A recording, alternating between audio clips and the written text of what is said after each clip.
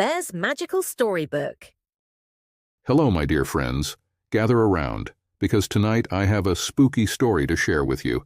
It's about a haunted forest, but don't worry, it's not too scary.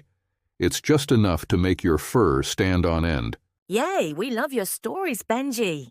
Once upon a time, in a forest much like ours, there was a dark, mysterious part of the woods that everyone called the haunted forest.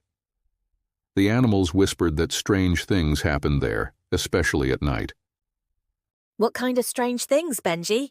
Well, they said that eerie sounds echoed through the trees, and sometimes glowing eyes could be seen peeking through the darkness.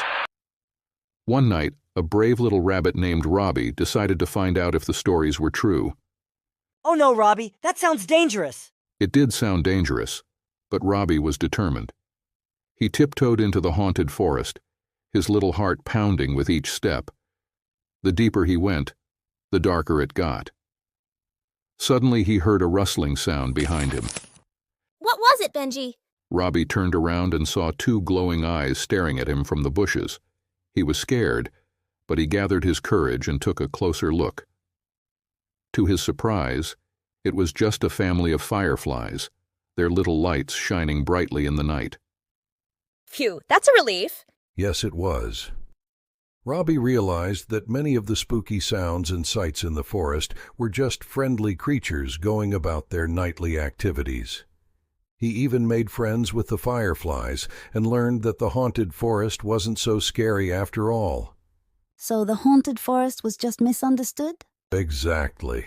Robbie taught everyone that sometimes things aren't as scary as they seem once you understand them. He helped the other animals see that the haunted forest was full of friendly faces and beautiful sights.